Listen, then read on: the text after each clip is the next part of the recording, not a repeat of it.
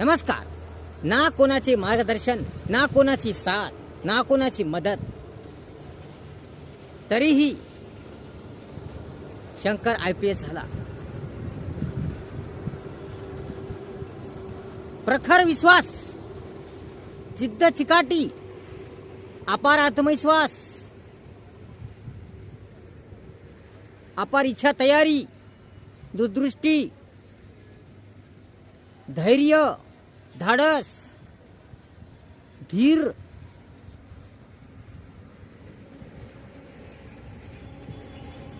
कष्ट व मेहनत करण्याची अपार तयारी, आपलं स्वप्न ध्येय पूर्ण करण्याची लालसा, आई वडिलांची शिकवण आणि एका शिक्षकाचे मार्गदर्शन व त्याच्या मित्राची थोडीफार साथ, या सर्व कारणामुळे शंकर IPS झाला. शंकरने आपल्या आईवडिलाचे स्वप्न पूर्ण केले. काबाड कष्ट करून, मेहनत करून, झटून राबून, संघर्ष करून, लोकांची बोलणे खाऊन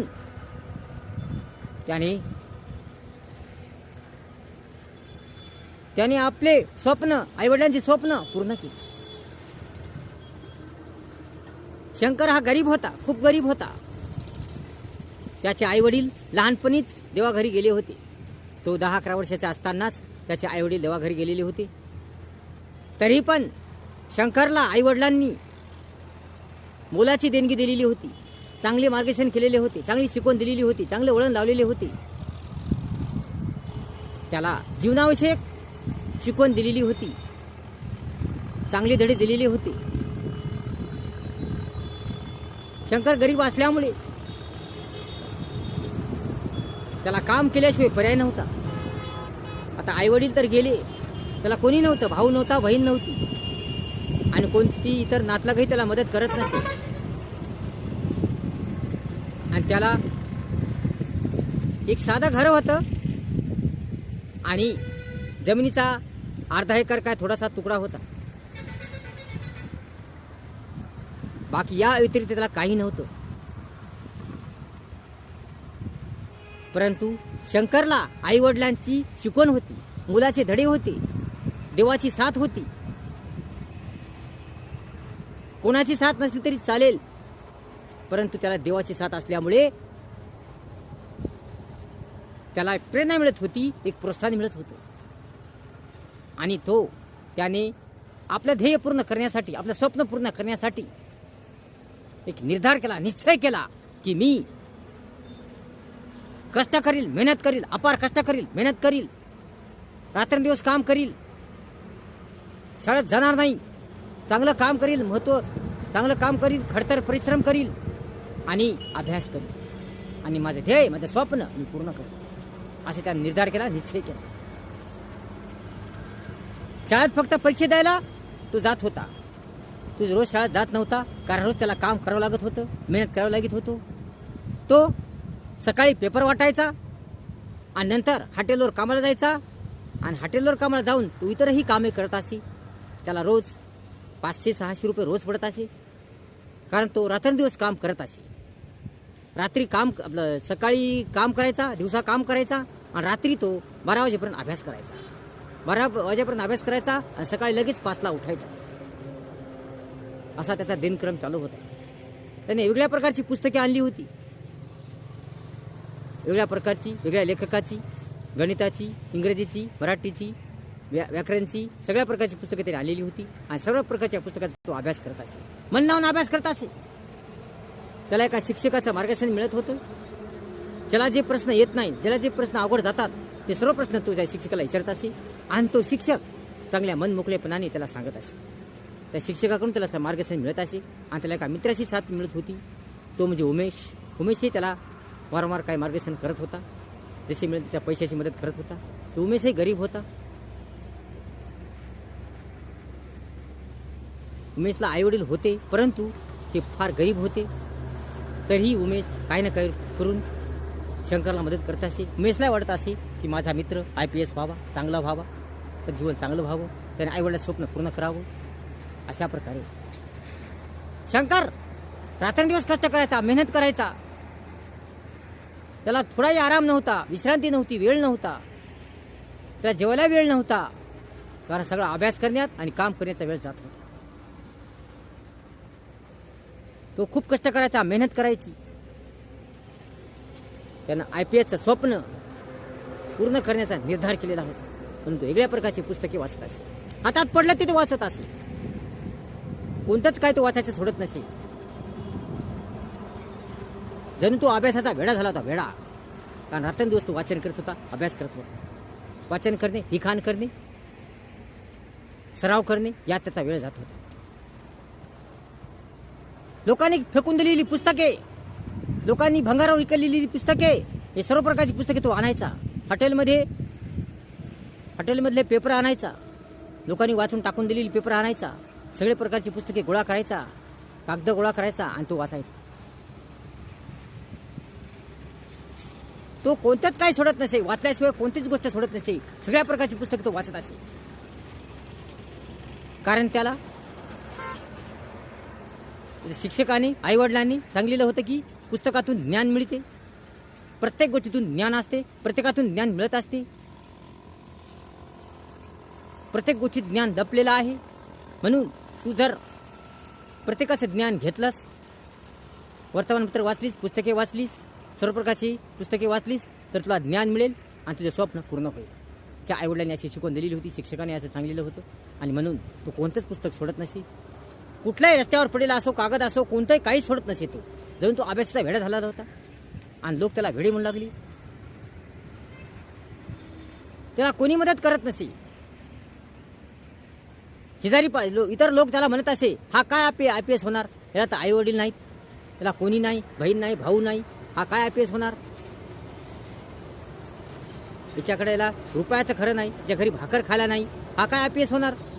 असे लोक त्याला म्हणू लागले. इतर मुलं त्याला चिडू लागली. लोक त्याला त्रास देऊ लागले. काय काय लोक त्याला म्हणत, अरे हा नाद सोड, हा नाद सोड. तुला भाकर खायला घरी नाही, तुझ्याकडे पैसा नाही, तुझ्याकडे ज्ञान नाही, तू हुशार नाहीस, तुझी लायकी काय? IPS होण्याची लायकी आहे का? क्षमता आहे का तुझ्यात? म्हणून हा नाद सोड, हा नाद सोड. काम करून काहीतरी पैसे जमा कर आणि त्याच्यात तो जीवन आहे. याच्या नादी का लागला? याला खूप पैसा लागतो, खूप पैसा पाहिजे. चांगली चांगली लेकरं IPS होत नाहीत, तू कसं काय होणार? तुझ्याकडे आहेच काय? शाळेतही जात नाहीस, तू IPS कसा होणार? तू येडा गावढळ आहेस. कुठलंही काही वाचतोस, कुठलंही काही वाचल्यानं काय IPS थोडंच होतंय. कुठलंही पुस्तक वाचल्यानं IPS होत आहे काय? IPS होण्यासाठी खूप काही लागते. IPS होण्यासाठी पैसा पाहिजे. IPS होण्यासाठी खूप काही पाहिजे. तुला आईवडील नाहीत, भाऊ नाहीत, बहीण नाही, कोणीच नाही. तुला खायला भाकर नाही, तू एक दिवसाचं काही खरं नाही आणि तू IPSचं स्वप्न बघायला? हा ना सोडून दे, असे त्याला लोक ओरडायचे, म्हणायचे. परंतु शंकरनं जिद्द सोडली नाही. शंकरनं हिंमत हरली नाही. लोकांचं तो ऐकायचा नाही, कोणाचंच काय तो ऐकायचा नाही. या कारणाने ऐकायचा आणि सोडून द्यायचा. आपलं जे करायचं तो मनात करायचं. कारण आईवडिलांनी शिकवून दिलेली होती. कोणाला काही म्हणायचं नाही, चांगलं वागायचं, दुसऱ्यासोबत चांगलं वागायचं, प्रेमानं राहायचं, आनंदी राहायचं, सतत प्रसन्न राहायचं, आपलं ध्येय आपण साध्य करायचं. आपल्याला जीवन आपल्याला जगावं लागणार आहे, आपलं ध्येय आपल्याला साध्य करावं लागणार आहे.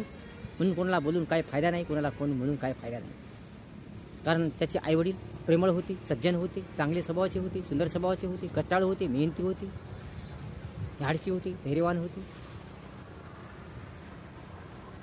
त्याच्या आईवडिलांनी त्याला चांगली शिकवण दिलेली होती. म्हणून शंकर आपल्या आईवडिलाच्या शिकवणीने चालत होता. कोणाला तो काही म्हणत नसे.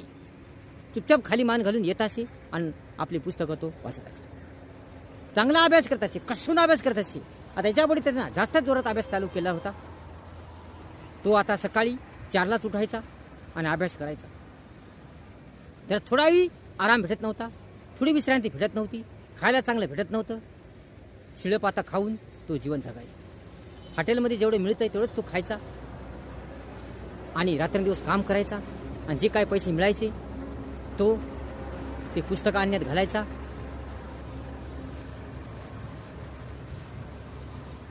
अशा प्रकारे शंकरचं जीवन चालू होतं. काम करून त्याच्यातले काही पैसे तो जमा करायचा, अडचणीच्या वेळेत कामा येतील म्हणून, संकटाच्या वेळेत कामा येतील म्हणून. कारण त्याच्या आईवडिलांनी सांगलेलं होतं की केव्हा काय कोणती अडचण येईल, कोणता संकट येईल, केव्हा कोणते संकट येईल, केव्हा कोणती समस्या येईल, काही सांगता येत नाही. म्हणून बचत करणे आवश्यक असतं. त्याच्या आईवडिलांनी चांगली शिकवून दिली होती, भरपूर चांगले धडी शिकलेले होते आणि त्यामुळेच शंकरला भरपूर ज्ञान आईवडिलाकडून मिळालेलं होतं, भरपूर धडी मिळालेली होती, भरपूर चांगली शिकवण मिळालेली होती. आणि म्हणून शंकर त्या उद्देशाने इथून चालला. तो खूप कष्ट करायचा, खूप मेहनत करायचा आणि त्या पैशातून काही पैसे जमा करायचा. अशा रीतीने दिवसेंदिवस जात होती.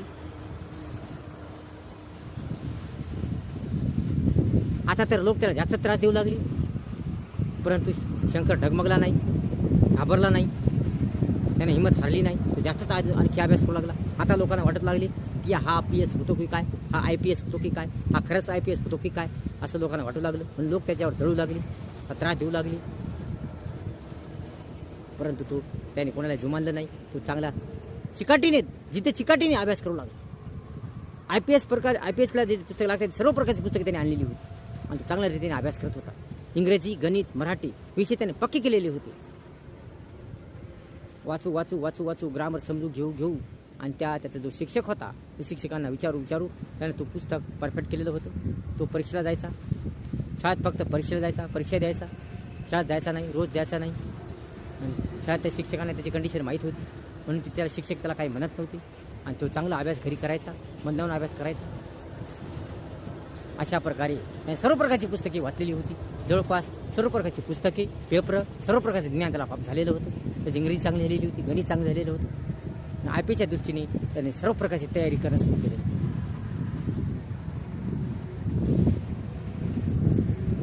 अशा प्रकारे त्याची वाटचाल ही फार संकटाची होती, फार समस्याची होती. त्याला फार संकट होते. त्याला कुणाची साथ मिळत नव्हती, कुणाची मदत मिळत नव्हती, कुणाचं मार्गदर्शन मिळत नव्हतं. फक्त तो शिक्षक सोडून आणि त्याचा मित्र सोडून. परंतु तो डगमगला नाही, हिंमत हारली नाही. लोकांनी किती त्रास देऊ, लोक काही म्हणो, त्याचं तो ऐकत नव्हता. तो आपलं ध्येय, आपलं स्वप्न पूर्ण करण्यासाठी धडपडत होता, तळमत होता.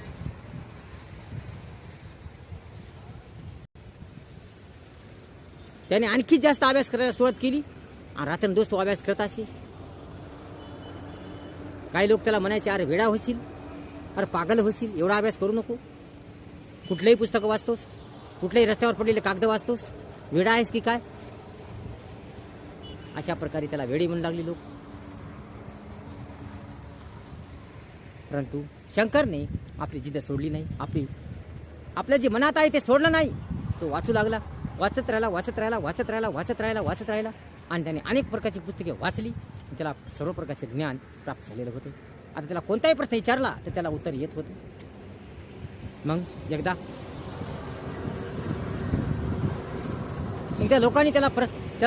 एकदा लोकांनी रस्त्यातून जाताना त्याला अडवलं. तू IPSची तयारी करतोय, आमच्या काही प्रश्नांची उत्तरं दे, तेव्हा तू जाय. आणि लोकांनी त्याला अनेक प्रश्न विचारले. सर्व प्रश्नांची उत्तर खडखड दिली. तेव्हा लोकांना नवल वाटले, आश्चर्य वाटले.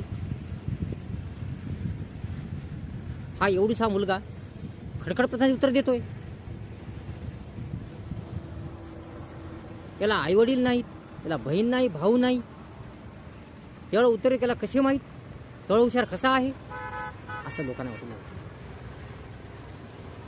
पण शंकर काय आता लहान राहिला नव्हता, मोठा झालेला होता.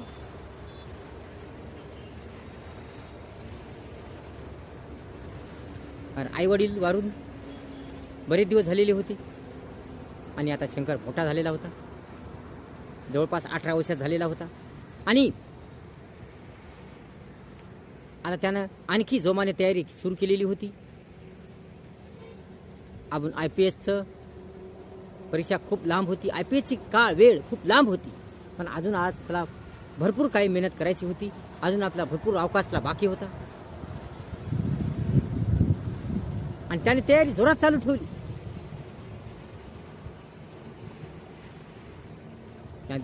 त्याची 10वी कंप्लीट झाली आणि तो पुढे आता 10वी नंतर 11वीला गेला आणि त्यानं आणखी चांगली तयारी सुरू केली. त्याला मार्कही चांगली पडू लागली. त्याचे मार्क बघून लोक तोंडात बोट घालू लागली. एवढे याला चांगली मार्क कसं काय पडतात? याला तर कोणाचं मार्गदर्शन नाही, याला कोणाची तर मदत नाही, याला कोणी आपण तर उलट याला त्रास देतो आणि हा दिवसभर काम करतो आणि रात्रीच फक्त अभ्यास करतो. म्हणजे याला एवढे मार्क कसं काय पडतात? हा एवढा कसं काय हुशार आहे असं लोकांना वाटलं. लोकांना त्याची दया लागली, त्याची माया लागली. आता लोक त्याला काय म्हणत नव्हते, आता लोक त्याला काय त्रास देत नव्हते. कारण लोकांना माहीत झाले होतं हा खूप हुशार मुलगा आहे, हा खूप बुद्धिवान मुलगा आहे, हा खूप चांगला मुलगा आहे. म्हणून लोक त्याला साथ देऊ लागले. लोक त्याला काही म्हणत नव्हते. शेजारी पाजारीला कोणीच काही म्हणत नव्हते. कारण शंकरनी आपल्या चांगल्या स्वभावाने लोकांना दाखवून दिलेलं होतं की मी किती हुशार आहे, मी किती तळमळी आहे, किती धडपडी आहे. मला माझे स्वप्न पूर्ण करायचे, माझ्या आईवडिलांचे स्वप्न मला पूर्ण करायचे, मला माझं ध्येय गाठायचे, माझे स्वप्न गाठायचे, या उद्देशाने तो चालला होता.